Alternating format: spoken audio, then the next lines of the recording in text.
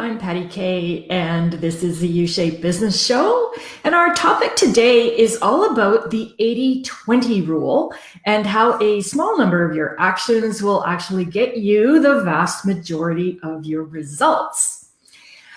So the 80-20 rule is old. It was invented by a fellow named Vilfredo Pareto in 1909. He was an Italian economist who noticed that approximately 80% of the land in Italy was owned by 20% of the population. And from this observation emerged a whole bunch of other observations all around this idea that there was this unequal distribution. So it doesn't have to be exactly 80-20. It could be 90-10 or 70-30. But the overall concept is that results are not proportionate.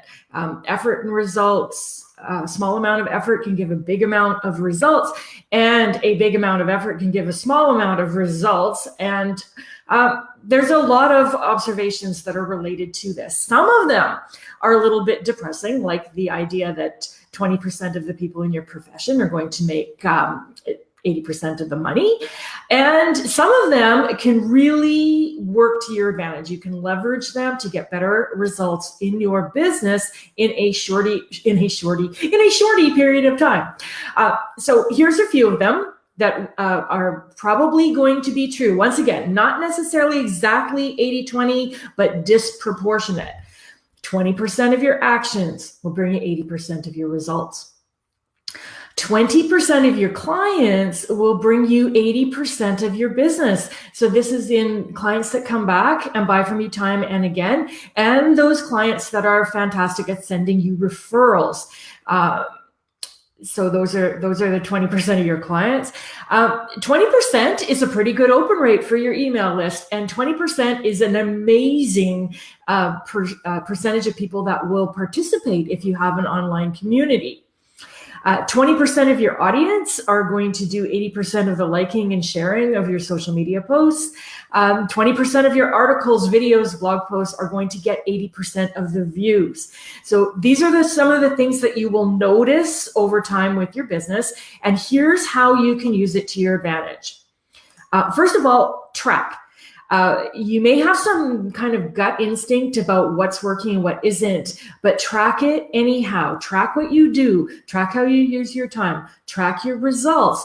And your tracking will show you where to focus, and you might be surprised when you see the actual tracking data in front of you. Highly recommend tracking.